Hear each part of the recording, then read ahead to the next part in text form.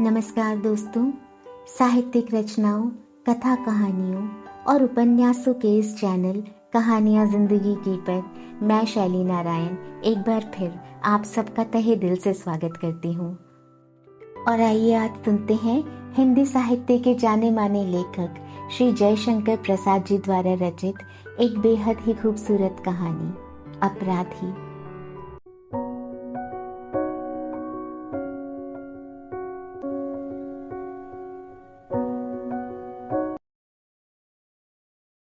वनस्थली के रंगीन संसार में अरुण किरणों ने इखलाते हुए पदार्पण किया और वे चहक उठीं। देखा तो कोमल किसलय और कुसुमों की पंखुड़ियां वसंत पवन के पैरों के समान हिल रही थीं। पीले पराग का अंगराग लगने से किरणें पीली पड़ गईं। वसंत का प्रभात था। युवती कामिनी मालिन का काम करती थी, उसे और कोई न था। वह इस कुसुम कानन से फूल चुन ले जाती और माला बनाकर बेचती। कभी कभी उसे उपवास भी करना पड़ता था, पर वह यह काम न छोड़ती। आज भी फूले हुए कचनार के नीचे बैठी हुई अर्ध विकसित कामिनी कुसुमों को बिना भेदे हुए फंदे देकर माला बना रही थी। भंवरे आए, गुनगुना कर चले गए। बसंत के दूतों का संदेश उसने ना सुना। मलय पवन अंचल उड़ाकर रूखी लटों को बिखरा कर हट गया। मालिन बेसुध थी। वह फंदा बनाती जाती थी और फूलों को फंसाती जाती थी। द्रुत गति से दौड़ते हुए अश्व के पद शब्द ने उसे त्रस्त कर दिया। वह अपनी फूलों की टोकरी उठाकर भयभीत होकर सिर झुकाए खड़ी हो गई। राजकुमार आज अचानक उधर वायु सेवन के लिए आ गए थे।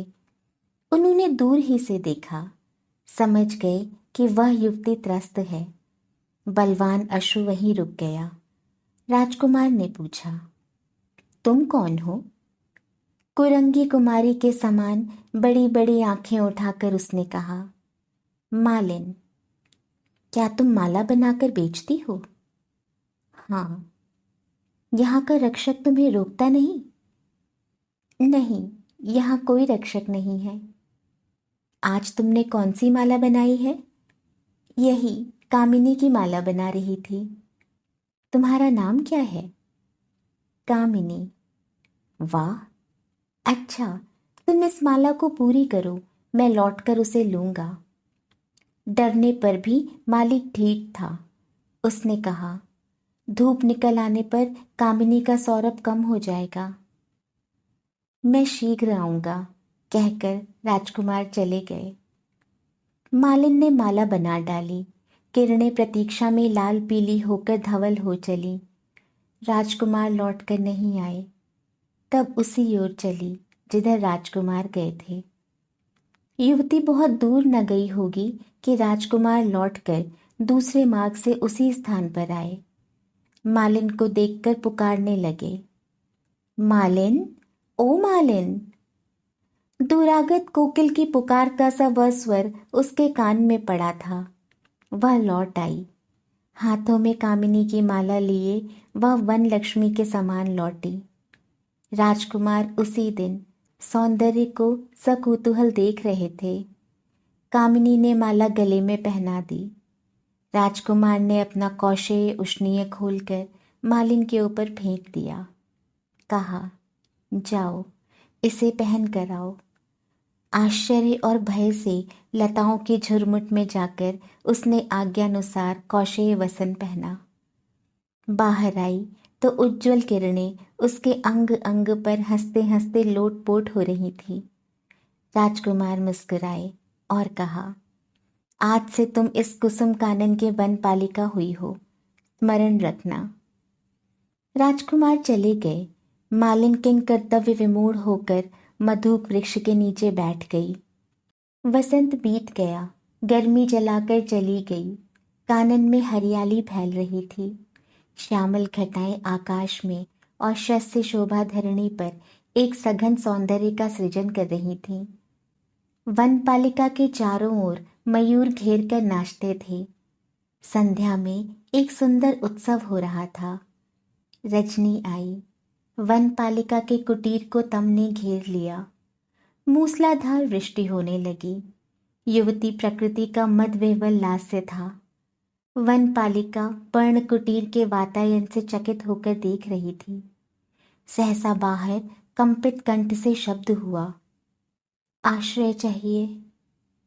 वनपालिका ने कहा, तुम कौन हो? एक अपराधी।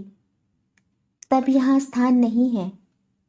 विचार कर उत्तर दो, कहीं आश्रय ना देकर तुम अपराध न कर बैठो। वनपालिका विचारने लगी। बाहर से फिर सुनाई पड़ा, विलंब होने से प्राणों की आशंका है। वनपालिका निसंकोच उठी और उसने द्वार खोल दिया। आगंतुक ने भीतर प्रवेश किया। वह एक बलिष्ठ युवक था। साहस उसकी मुखाकृति थी। वनपालिका ने पूछा, तुमने कौन सा अपराध किया है? बड़ा भारी अपराध है, प्रभात होने पर सुनाऊंगा। इस रात्रि में केवल आश्रय दो। कहकर आगंतुक अपना आर्द्र वस्त्र निचोड़ने लगा। उसका स्वर विकृत और वदन नीरस था। अंधकार ने उसे और भी अस्पष्ट बना दिया था।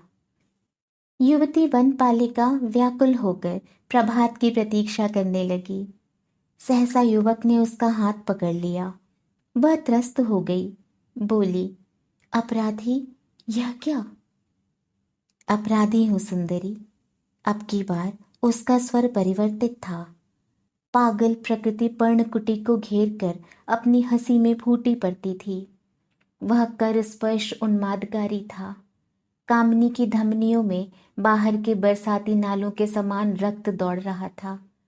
युवक के स्वर में परिचय था, परंतु युवती की वासना के कुतूहल ने भय का बहाना खोज लिया। बाहर करकापात के साथ ही बिजली कड़की। वनपालिका ने दूसरा हाथ युवक के कंठ में डाल दिया। अंधकार हंसने लगा। बहुत दिन बीत गए, कितने ही बरस आए और चले गए। वह कुसुम कानन जिसमें मोर, शुक और पिक फूलों से लदी झाड़ियों में विहार करते थे, अब एक जंगल हो गया। अब राजकुमार वहां नहीं आते थे। अब वे स्वयं राजा हैं। सुकुमार पौधे सूख गए। विशालकाय वृक्षों ने अपनी शाखाओं से जकड़ लिया। उस गहन वन में एक कोने में पर्णकुटी थी। उसमें एक स्त्री और उसका पुत्र दोनों रहते थे। दोनों बहेलियों का व्यवसाय करते। उसी से उनका जीवन निर्वाह होता। पक्षियों को फंसाकर नागरिकों के हाथ वह बालक बेचा करता। कभी कभी मृग शावक भी पकड़ ले आता।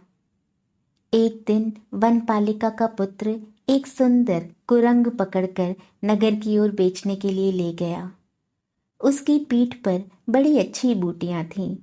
वह दर्शनीय था। राजा का पुत्र अपने टट्टू पर चढ़कर घूमने निकला था। उसके रक्षक साथ थे। राजपुत्र मचल गया। किशोर मूल्य मांगने लगा। रक्षकों ने कुछ देकर उसे छीन लेना चाहा। किशोर ने कुरंग का फंदा ढीला कर दिया। वह छलांग भरता हुआ निकल गया। राजपुत्र अत्यंत हठी था। वह रोने लगा। रक्षकों ने किशोर को पकड़ लिया। वे उसे राजमंदिर की ओर ले चले।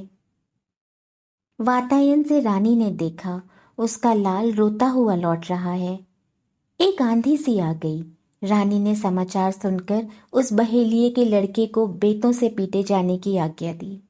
किशोर ने बिना रोए चिल्लाए और आंसू बहाए बेतों की चोट सहन की। उसका सारा अंग क्षत विक्षत था। पीड़ा से चल नहीं सकता था। मृगया से लौटते हुए राजा ने देखा।